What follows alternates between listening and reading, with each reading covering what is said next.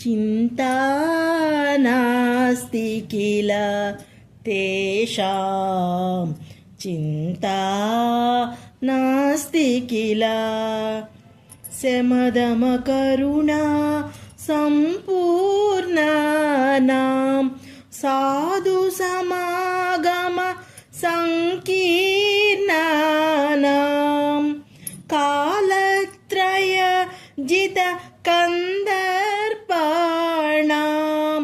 खण्डित सर्वेन्द्रियदर्पाणां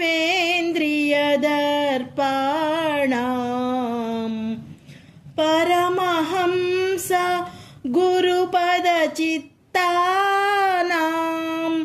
ब्रह्मानन्दामृतमत्तानां चिन्ता नास्ति किल तेषां चिन्ता नास्ति किल।